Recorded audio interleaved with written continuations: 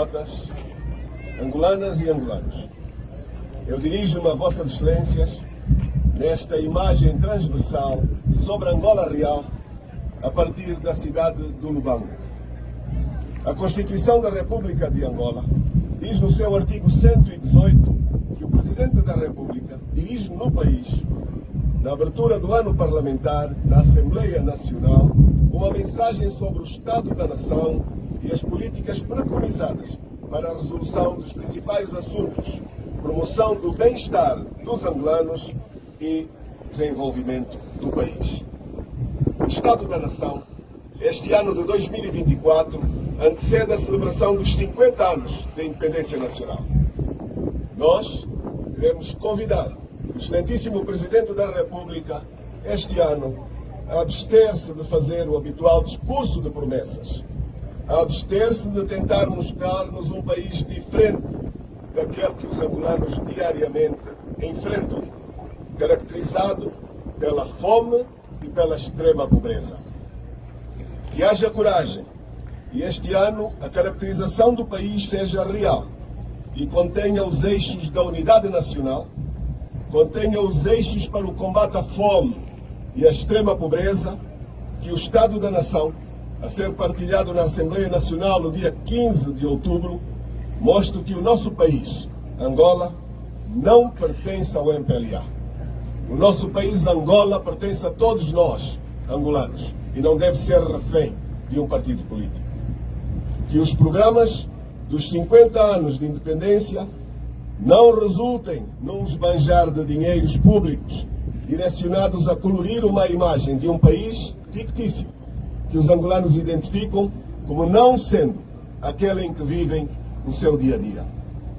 Angolanas e angolanos, o país não pode continuar refém dos interesses de um partido ou refém dos medos e dos interesses de uma pessoa.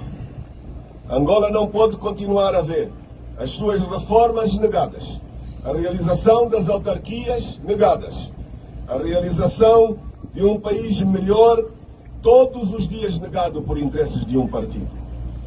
O país a receber tesouradas em que comunidades são deslocadas para impedir transições políticas, num vale-tudo, para que um pequeno grupo continue a governar o país. Angola não pode ver gastarem-se centenas de milhões de dólares em conferências para esconder a censura que se pratica na comunicação social, em negação da pluralidade política. A independência nacional foi conquista de sangue, conquista de muitas lutas, de nobres filhos, de todos os movimentos e da sociedade, para que a liberdade, a democracia e o desenvolvimento beneficiem todas as famílias angolanas, garantindo que as riquezas do país sirvam às populações, todas elas. Sobre o Estado Social e sobre a pobreza. Efetivamente, os angolanos continuam a sofrer devido às consequências da aplicação de medidas de política económica não assertivas nem eficazes para o atual contexto. Toda a estratégia de políticas macroeconómicas delineadas pelo governo para levar o país a sair da crise socioeconómica e financeira em que se encontra continua longe de surtir os efeitos desejados. Pequenos triunfos, que infelizmente acontecem em meio a imensas derrapagens, são frequentemente ampliados por ação de uma máquina propagandística, a despeito da dura realidade que os angolanos enfrentam cotidianamente.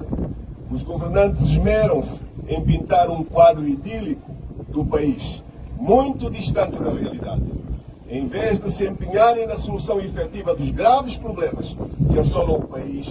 Os governantes privilegiam operações de charme para distorcer a imagem real que todos nós constatamos todos os dias. À beira de completar 50 anos de independência, Angola permanece atolada num círculo vicioso da pobreza. A mendicidade assume dimensão ciclópica. Milhões de crianças estão fora do sistema de ensino. O desemprego continua a ser assustador. A democracia e os direitos humanos estão em declínio.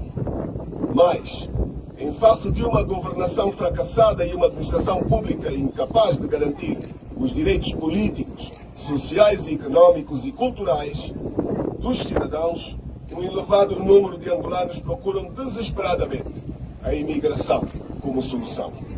Jamais se viu um tão grande êxodo de compatriotas nossos em busca noutros países das condições de vida que não conseguem encontrar em Angola, com realce para destino de países ocidentais, como é o caso de Portugal, do Brasil, da França, da Inglaterra e da Alemanha, entre outros.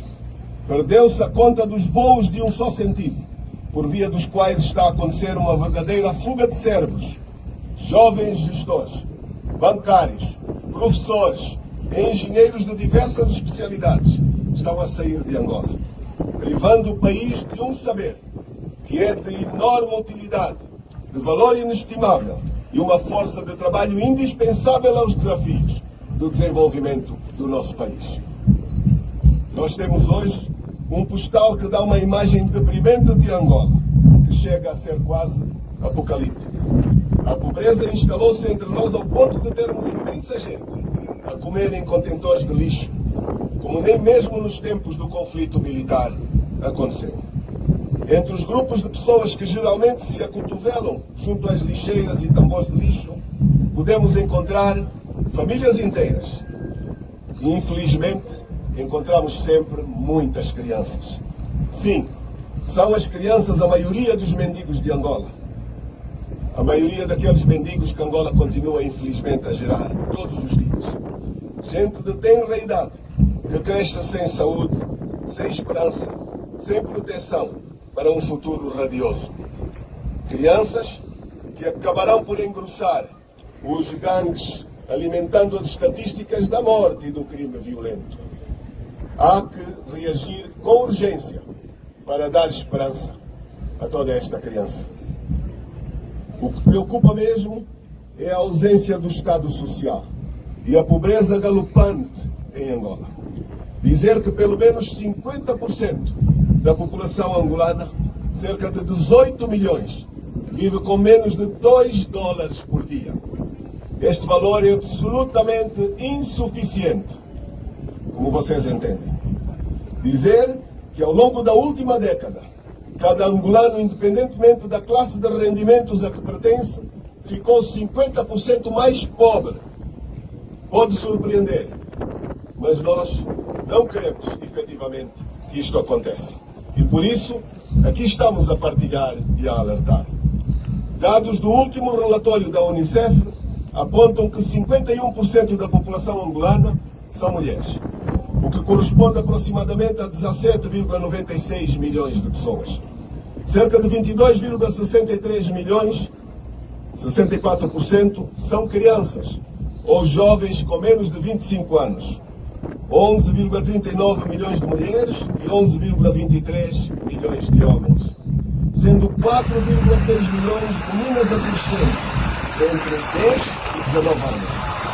E 30% das famílias angolanas são dirigidas por mulheres. E 33% das mulheres são desempregadas, enquadrado por 30% de homens também desempregados. Que 89% da taxa de emprego informal é ocupado por mulheres. 89%. Uma em 5 meninas não tem ou não teve acesso à escola. 26% de mulheres não sabe ler nem escrever. 61% de meninas estão matriculadas no ensino primário e apenas 22% no ensino secundário. 30,3% de mulheres com 18 anos estão casadas em união de facto. 166 em 1000 adolescentes dos 15 aos 19 anos já teve um filho, sendo uma das taxas mais altas de gravidez na adolescência que existe no mundo. Ou seja, 7,1% de adolescentes já é mãe aos 15 anos.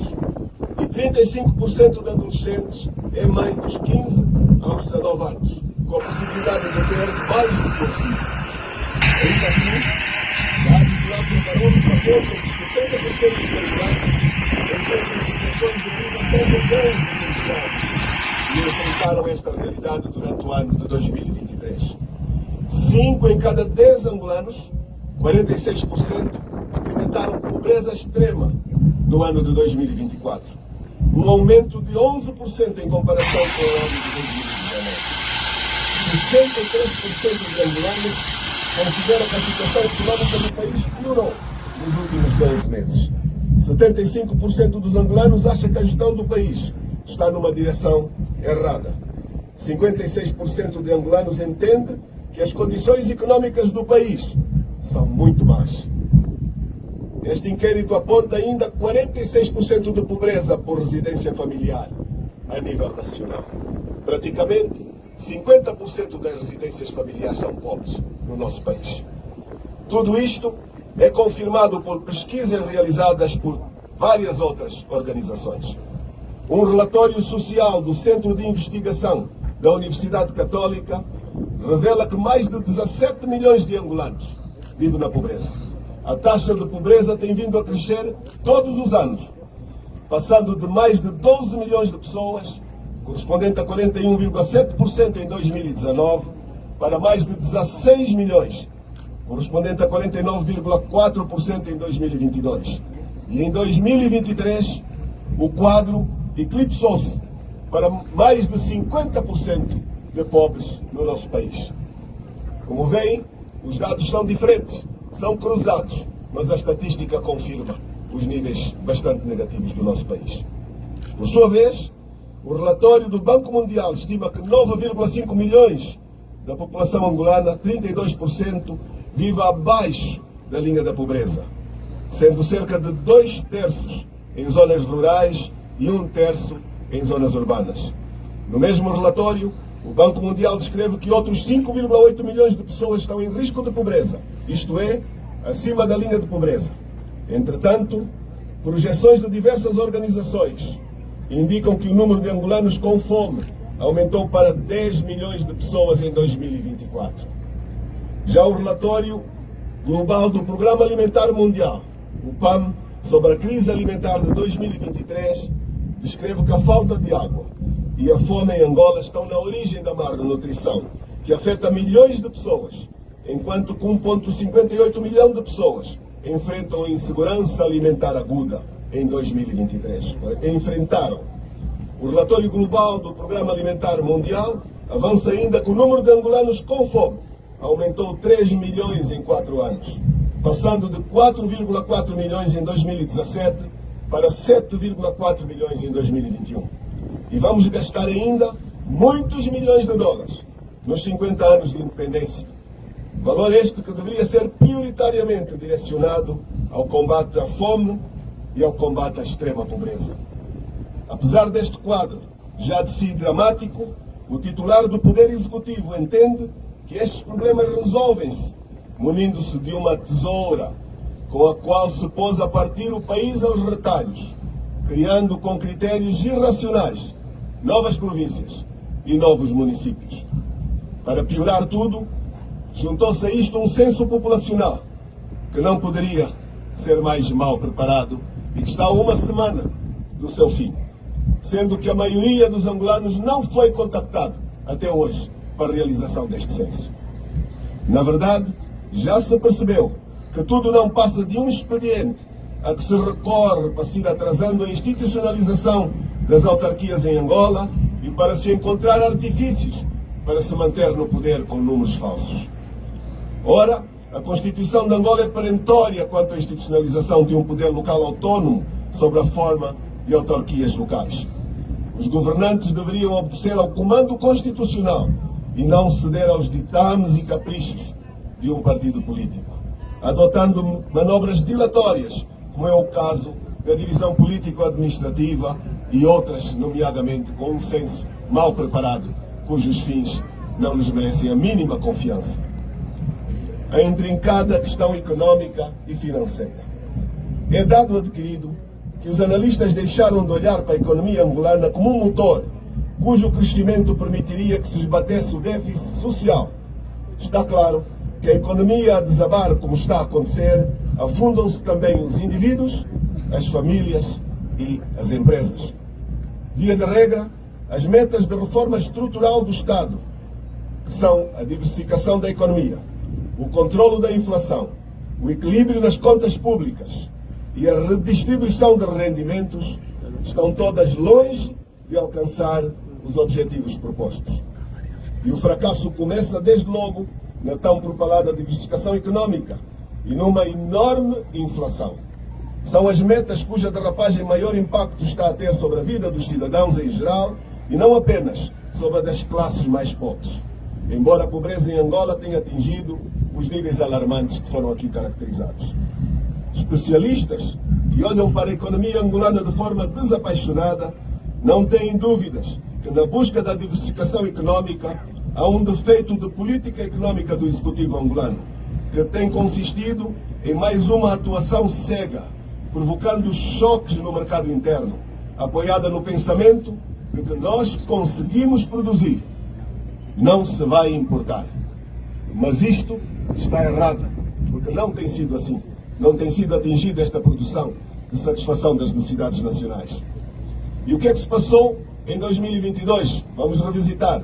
Quando as famílias e as empresas passaram a sofrer as consequências de um aumento insustentável da procura, que o governo provocou nesse ano, com a febre do partido no poder ganhar as eleições a qualquer custo, sem ética e com o recurso fraudulento ao erário. O que ele fez foi um desajuste. Levou a um violento ajuste em 2023, que nunca teria sido necessário se, em vez de se aumentar o consumo, tivessem criado reservas e reduzido a enorme dívida governamental. A forma como se fez o ajuste, com a redução drástica da importação de alimentos em 33%, com a importação de medicamentos em 30%, de combustíveis em 10%, só para citar alguns casos, fez recair o peso do ajuste sobre as classes mais pobres, que ficaram ainda mais pobres. Por outro lado, embora aparentemente esta política de restrição das importações faça crescer a produção interna, na verdade falo à custa da competitividade das empresas nacionais, que se encontram hoje menos capazes de enfrentar um mercado interno competitivo e, muito particularmente, um mercado externo, este sim, competitivo, mesmo quando ajudados por uma taxa de câmbio oficial muito alta. Ora, esta política aparentemente atraente, quando levada ao extremo, cria escassez, com efeito na atual inflação galopante. Mas, mesmo que aplicada com cuidado, para não produzir escassez, cria ineficiência e eleva sempre os preços. A verdade é que, para que o aumento da produção nacional não eleve os preços, torna-se necessário acompanhar a política protecionista de uma efetiva política de competitividade que faça com que a produção nacional seja menos cara que a produção importada. E isto só sucederia se a redução da importação de bens fosse acompanhada dos devidos estímulos, de modo a ser coberta pela produção do setor agrícola, pelas pescas e indústria transformadora. Infelizmente, não é isto que tem acontecido. E o resultado tem sido a escassez, que vemos com consequências dramáticas numa inflação que é galopante. Neste momento, a batalha até já se prende em evitar que a inflação se fixe em 30% no fim do ano atual. Atingiu em abril novo máximo de 28,02% e uma variação homóloga de quase 40% em Luanda, capital do país, onde se concentra quase um terço da população. A atuação mais gravosa para a economia nos tempos mais recentes foi a injeção de muitos milhões de dólares do Tesouro no mercado cambial, fazendo reduzir a taxa de câmbio até 405 dólares, ou melhor, 405 kwanzas por dólar em 2022. Redução essa que foi totalmente orientada para a redução dos preços através de um aumento massivo das importações. Houve uma descida momentânea dos preços até setembro de 2022, imediatamente após as eleições, e um descalabro da taxa de câmbio em maio e junho de 2023, que passou de 505 kwanzas por dólar para 822 kwanzas por dólar. No mercado informal, a taxa de câmbio passou de 854 para 1.120 kwanzas por dólar, 31% mais, tornando novamente ilegal este mercado e, consequentemente, muito distorcido o referencial para a taxa de câmbio em relação ao mercado. Em suma, foi este zigue-zague da política comercial, fomentando as importações baratas para ganhar eleições, sem preocupação com as perdas das empresas e da produção nacional, seguida de uma desvalorização repentina da moeda e de uma política cega de condicionamento das importações, que originou a inflação galopante que o país vive hoje e que tão mal faz aos bolsos de todos os cidadãos. Políticas erradas têm aumentado problemas sistêmicos e conjunturais. O país continua a viver um grave problema de correspondência entre a oferta e a procura não extrativas, principalmente. Esta falta de correspondência é resolvida essencialmente através da exportação de petróleo. Quando aumentam as exportações, quantidades ou o aumento dos preços, diversos mecanismos elevam a procura, em vez de se fazerem reservas. Quando o valor das exportações desce, a procura é ajustada à oferta, geralmente por via de uma inflação violenta. Com o esgotamento dos campos petrolíferos existentes e sem investimentos significativos para que se encontrem novas reservas, a tendência tem sido de forma marcada a última referida acima, com custos sobre a inflação. Dir-se-á, então, que políticas erradas têm aumentado os problemas sistêmicos e conjunturais simultaneamente. Acresce a esta situação uma marcada política de favorecimento das classes urbanas, algo que temos visto em relação às centralidades, clínicas elitistas, subsídios aos combustíveis, etc. Mas há também os aspectos, de facto ilegais, subjacentes à grande e à pequena corrupção, que afinal continuam à solta, bem como outros referentes a mecanismos de reforço do poder. Vemos isso no que podemos designar como a autoglorificação do Estado, consubstanciada na construção de empreendimentos megalómanos e outros que acabam por virar autênticos elefantes brancos.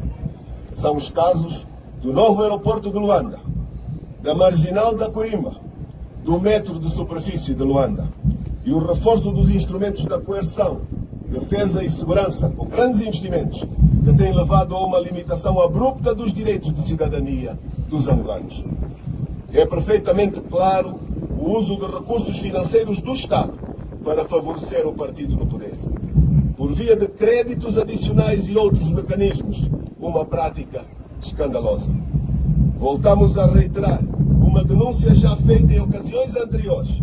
Nas eleições de agosto de 2022, os montantes desviados do erário público para suportar a campanha do MPLA ascenderam a mais de 2 mil milhões de dólares. É fundamental que não se repitam estas práticas em termos do futuro.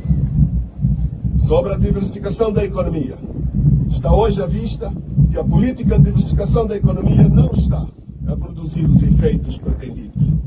Vão ficando para trás, ou pelo menos não se conhecem, grandes resultados dos programas Angola Invest, do Prodesi, com os quais o governo proclamava aos 4 ventos que alcançaria rapidamente as metas do aumento da produção nacional em setores para além do petróleo e gás, do combate à pobreza, promoção do emprego e autoemprego por via das microempresas, da diversificação das fontes cambiais e fontes de investimento, da redução dos preços dos produtos da cesta básica e da melhoria do ambiente de negócios. Nada disto aconteceu. A semelhança do Angola Invest e do Prodesi, também já dão sinais de que irão pelo mesmo caminho os planos de produção alimentar, o Plano Grão, o Plano Pescas, o Plano Pecuária. Todos eles esbarram de imediato em instrumentos que se mostram disfuncionais, como as dificuldades que os privados enfrentam de acesso ao crédito junto a uma banca com políticas creditícias, pouco democráticas e pouco transparentes. Mas o maior problema reside mesmo no facto de uma elite ter capturado o Estado e eliminado a concorrência e a transparência no mercado da contratação pública, onde se processam ajustes diretos na ordem dos 98,7% dos procedimentos de contratação. Isto é um crime de corrupção. Em Angola, 98,7% dos contratos não obedecem aos concursos públicos. Fazem-se sem concursos públicos, com penalização para todos nós. Isto vem desde 2017, sendo usados artifícios pelo critério material e pela contratação emergencial, por via dos quais são oferecidos milhares de milhões de dólares a meia dúzia de empresas protegidas. Outro mecanismo ilícito tem consistido em oferecer crédito com garantia soberana a empresas de parceiros e amigos, desvirtuando todo e qualquer ideal de concorrência plena, inclusive na importação de alimentos, onde, apesar do Estado ter criado uma empresa, alocando-lhe milhões de dólares para gerir os alimentos da cesta básica, contratou privados para importar esses alimentos essenciais, restringindo assim a concorrência. O setor empresarial angolano apresenta ainda dificuldades da sua inserção no mercado internacional. Ou seja, as empresas angolanas apresentam limitações para a expansão das suas atividades e dos seus produtos noutros mercados. Para o caso de Angola, é crucial a formulação de uma estratégia nacional que permita a identificação de mercados que se constituem em oportunidades de exportação dos produtos angolanos em função da procura no mercado mundial. Mas o problema é que isso precisa de ser acompanhado por políticas que assegurem que os produtos feitos em Angola cumprem com os requisitos de produção e que sejam compatíveis com as regras alfandegárias. Igualmente, os departamentos ministeriais e toda a estrutura governamental ligada às atividades comerciais, em alguns casos, não estão preparadas institucionalmente para poder impulsionar e facilitar as parcerias comerciais entre os agentes económicos angolanos com os agentes de outros Estados. Desenvolver políticas que levem os agentes económicos angolanos a cooptar investimentos estrangeiros e permitir a expansão internacional dos seus negócios através da formação de joint ventures. Sobre a reforma estrutural do Estado, com o objetivo de assegurar a eficiência e a eficácia na prestação dos serviços públicos, eliminar alguma sobreposição funcional entre órgãos públicos, as reformas institucionais propagadas desde 2017 em diversos setores não cumpriram os seus desideratos. No setor público, administrativo e social, mantém-se o custo burocrático e a má qualidade dos serviços, além de que houve um aumento dos custos dos serviços. As imagens são dantescas. São milhares de angolanos que dormem em filas nas conservatórias para tratar o bilhete de identidade, um direito de cidadania, para registro e acesso documental, para proceder ao registro dos seus bens imobiliários e outros, como título automóvel, só a título de exemplo. O papel dos órgãos de regulação económica continua incipiente, sem uma estrutura edificada, infelizmente, ao serviço dos políticos que superentendem a área de atuação de cada órgão regulador. E isto sucede, inclusive, com o Banco Nacional de Angola, acusado de omissão em matéria concorrencial no mercado cambial, sendo notória a incapacidade do Executivo assegurar a alta qualidade de regulação no país. A reforma do setor empresarial público, nos casos preconizada para a melhoria da gestão, encontra-se também ela moribunda. Não se compreendendo os critérios utilizados para a segmentação entre as empresas públicas, equilíbrio orçamental, e as sociedades comerciais de capitais públicos, quando temos a atividade de comercialização de diamantes mantida por uma empresa pública, o caso da Sodiam, e em sentido oposto, a exploração de aeroportos mantida por uma sociedade anónima, SGA. Noutros casos, as privatizações estão a ser utilizadas como mero instrumento de clientelismo político-partidário, cujo exemplo mais flagrante foi a venda do Banco do Comércio e Indústria, além da estatização de empresas que haviam sido privatizadas por incumprimento contratual, entre outras razões. Outro aspecto é a demora dos processos judiciais. As suspeições de corrupção no judiciário criam desesperança no sistema judicial e aumenta, com a crise de gestão no Tribunal de Contas, os conflitos entre os cortes dos Tribunais Supremos e Constitucional, com a cumplicidade da Procuradoria-Geral da República, dos poderes políticos e, para piorar, a latente judicialização da política. Torna-se urgente e imperioso sanar a crise da justiça e que se faça uma verdadeira reforma da justiça e do direito em Angola. Outra reforma a ponderar é o da política salarial do Estado. Este foi o ano em que assistimos a um grande movimento reivindicativo, despoletado pelas organizações sindicais do país. O que a crise laboral provou é que o governo não tem uma estratégia clara e honesta para lidar com as greves decretadas pelos sindicatos, sobretudo em áreas nevrálgicas como a educação e a saúde. Não é aceitável, nem resolve os problemas de fundo, a tentativa de divisão dos trabalhadores a que o governo lançou mão, aumentando o salário a uns e oferecendo um suplemento raquítico a outros, como foi o caso dos professores. Na verdade, o governo mistura a função de política de rendimentos do país com a responsabilidade do Executivo sobre a função de recursos humanos. A UNITA defende que se encete um estudo para avaliar se não seria vantajosa a existência de ministérios distintos, um para atender às áreas de trabalho e segurança social, que deve ser responsável pela política de rendimentos, e outro para a administração pública, que deve tratar da função de recursos humanos e das remunerações do Estado. O Estado deve, por um lado, ter uma clara política de rendimentos quanto ao leque salarial, a produtividade, a diferenciação pelo desempenho e outras, extensiva a todos os setores, incluindo a função pública. Por outro lado, deve promover a livre negociação, onde atua apenas como um assistente interessado, promovendo as suas políticas de trabalho, mas permitindo que os protagonistas sejam os sindicatos, associações patronais e o Ministério da Administração Pública, em total igualdade. Sim, senhor, sim, senhor. Isto não significa que não seja o responsável último pela política de remunerações do país, cabendo-lhe, antes de tudo, promover o acordo, mas decidir, em caso deste não ser possível, em casos de importância relevante como o salário mínimo nacional, alguns limites para o leque salarial e sobre a participação do trabalho nos rendimentos, que infelizmente até hoje nem sequer foram colocadas. Sobre o papel diminuto e distorcido dos bancos. Outro problema que se tem observado é o papel dos bancos comerciais, que continua longe de se mostrar um fator propulsor para a economia.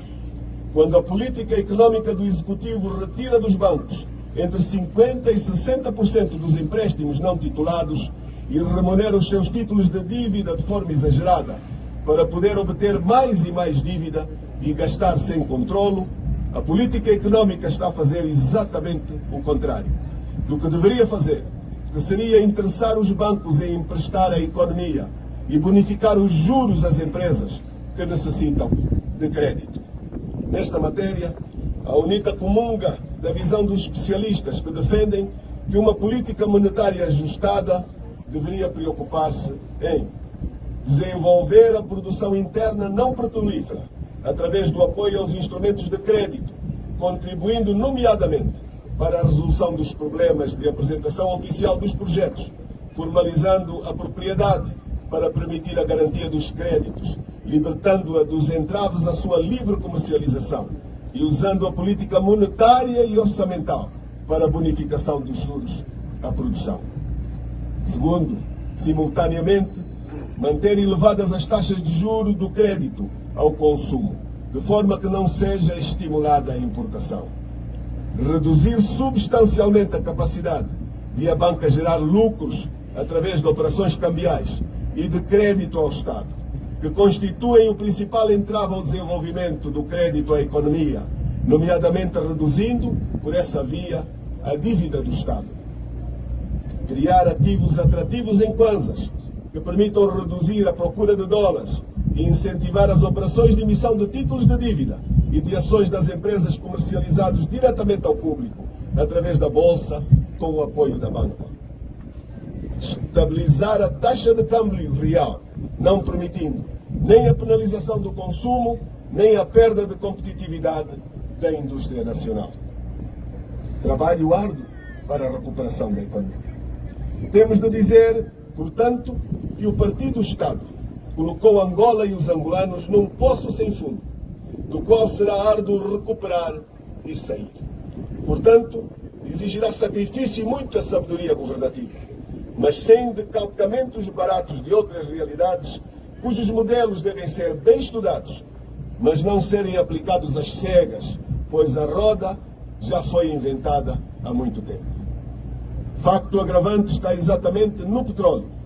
Mesmo continuando a ter valor obviamente estratégico, o petróleo já não terá o papel determinante para a economia do país, como teve no passado.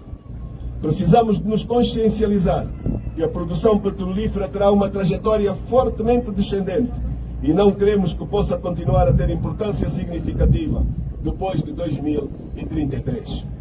Os campos existentes estão em declínio e não têm uma vida útil muito para além da data indicada. Para conseguir encontrar novas reservas, seria necessário muitíssimo mais investimento. Portanto, é uma tarefa imensa aquela que se terá pela frente, e fingir que o problema não existe não ajuda nada a enfrentá-lo. Ou seja, não é com magia, nem com propaganda, que o país logrará inverter o atual declínio estrutural e iniciar-se um ciclo de melhoria das condições de vida das pessoas. Nestas circunstâncias, os especialistas mais otimistas consideram conveniente pensar numa transição completa da economia para 10 anos. Isso equivale a perguntar o seguinte: qual é o nível de crescimento económico que deveria e que devolveria aos angolanos um rendimento médio por habitante de pelo menos $5.000 por ano? Sabe-se, pelo menos, que a população total hoje é de aproximadamente 38 milhões de habitantes. Com base nestes pressupostos, pode-se estimar que o tamanho que a economia angolana teria que atingir, portanto, o valor do seu produto interno bruto, para se obter a referida recuperação, seria de cerca de 187 mil milhões de dólares por ano. Sucede que a realidade nos apresenta uma economia avaliada em apenas 94,4 mil milhões de dólares, se olharmos para o ano já transcorrido de 2023. Algo fica então evidente. O produto interno bruto de 187 mil milhões de dólares por nós estimado é exatamente o dobro do PIB atualmente existente. Por outras palavras, Angola precisaria de duplicar o tamanho atual da sua economia, caso queira recuperar o padrão de vida que a população angolana teve, de facto, entre os anos de 2011 e 2015, associado a um rendimento médio por habitante de $5.000 por ano, contra os atuais cerca de $2.000 por habitante. Um grande decréscimo. Segue-se então uma pergunta fundamental: quanto tempo seria necessário para Angola duplicar o tamanho atual da sua economia? A resposta é simples. Depende do tamanho do crescimento. Quem estabelece esse ritmo? As instituições políticas e de mercado que vigoram em cada sociedade, sendo a qualidade das mesmas um elemento-chave. A capacidade da política levar a cabo reformas institucionais e de mercado que torna a sociedade livre.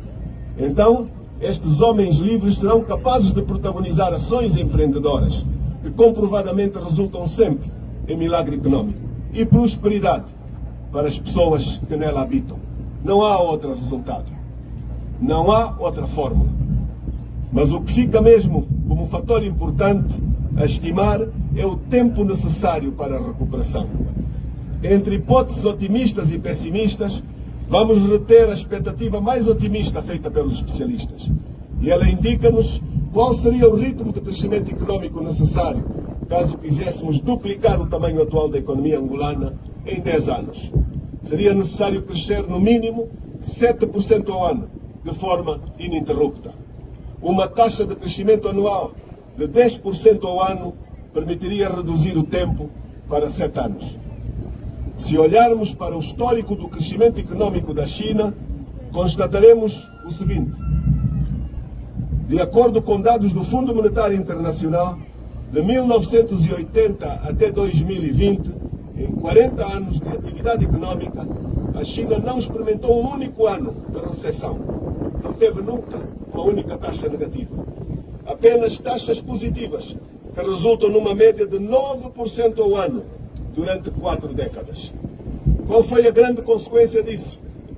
O facto da China ter duplicado o tamanho da sua economia em 7 anos e rapidamente ter se aproximado da economia americana, tornando-se assim a segunda maior economia do mundo. Mas repetimos, uma recuperação desta monta não se consegue com magia, muito menos se consegue com propaganda. Consegue-se sim com trabalho intenso, com sabedoria na governação, com muita disciplina, envolvendo e tirando partido das sinergias de todos os angolanos. Yeah, yeah, yeah! Yeah, yeah, yeah! Contra a fome! Produção! Contra a fome! Contra a fome! Yeah, yeah, yeah! Viva a democracia! Viva Angola! Viva a unidade nacional! Unidos! Sobre o papel da agricultura, recursos florestais e pescas. Poder-se-ia mitigar a situação da pobreza e até impulsionar o desenvolvimento econômico do país, se houvesse a devida atenção aos setores agrícola e afins. Mas não é isto que está a suceder, embora seja verdade que se registrou um aumento da área cultivada e um aumento da disponibilidade de produtos do campo de produção nacional nos mercados e estabelecimentos comerciais. Contudo, bem analisado este aumento, nada tem a ver com o sucesso dos programas do Executivo para o setor, mas deve-se essencialmente à resiliência da maioria dos agricultores de pequenas e médias empresas, ao produtor familiar, das cooperativas e associações de agricultores, que, por imperativo de sobrevivência, tudo fazem para contornar o oceano de dificuldades e obstáculos que se colocam ao desenvolvimento da agricultura no nosso país. Contribuem também para este crescimento da área cultivada e oferta de produtos agrícolas os programas financiados por organizações não governamentais, nacionais e internacionais, e de alguma atividade agrícola empresarial que tem beneficiado de grande fatia do mercado do crédito agrícola oficialmente disponibilizado. Cerca de 80% da produção agrícola existe hoje em Angola provém da agricultura familiar. 80%. Paradoxalmente, apesar deste aumento na disponibilidade de produtos agrícolas e pecuários no mercado, a fome e a miséria aumentam exponencialmente, levando o país para uma insegurança alimentar grave. A realidade socioeconómica registra diariamente mortes por fome, por desnutrição grave e aguda, desestruturação de famílias e imigrações em massa. Hoje, os que passam fome são também aqueles que têm emprego. São funcionários públicos que ontem pertenciam à classe média e até mesmo à classe alta, cujos proventos já não conseguem fazer face ao elevado custo de vida. A propalada reserva estratégica alimentar e o aumento da disponibilidade de produtos do campo não conseguem contrapor a alta de preços e dos produtos da cesta básica. A realidade em Angola é de franca insegurança alimentar. O país foi experimentando estágios de insegurança alimentar transitória, evoluiu para um estágio sazonal e agora atingiu o pico, que é o da insegurança crónica, caracterizada por um período longo e de forma persistente. Chegamos ao ponto em que a fome já não pode esperar e estamos perante uma situação emergencial que deveria levar o Presidente da República com coragem, espírito patriótico e sentido de Estado a decretar um estado de emergência nacional, pois o setor da agricultura registra a falta de apoio à agricultura familiar, insuficiente dotação orçamental destinada à agricultura, dispersão de fundos e programas destinados ao fomento da produção agrícola.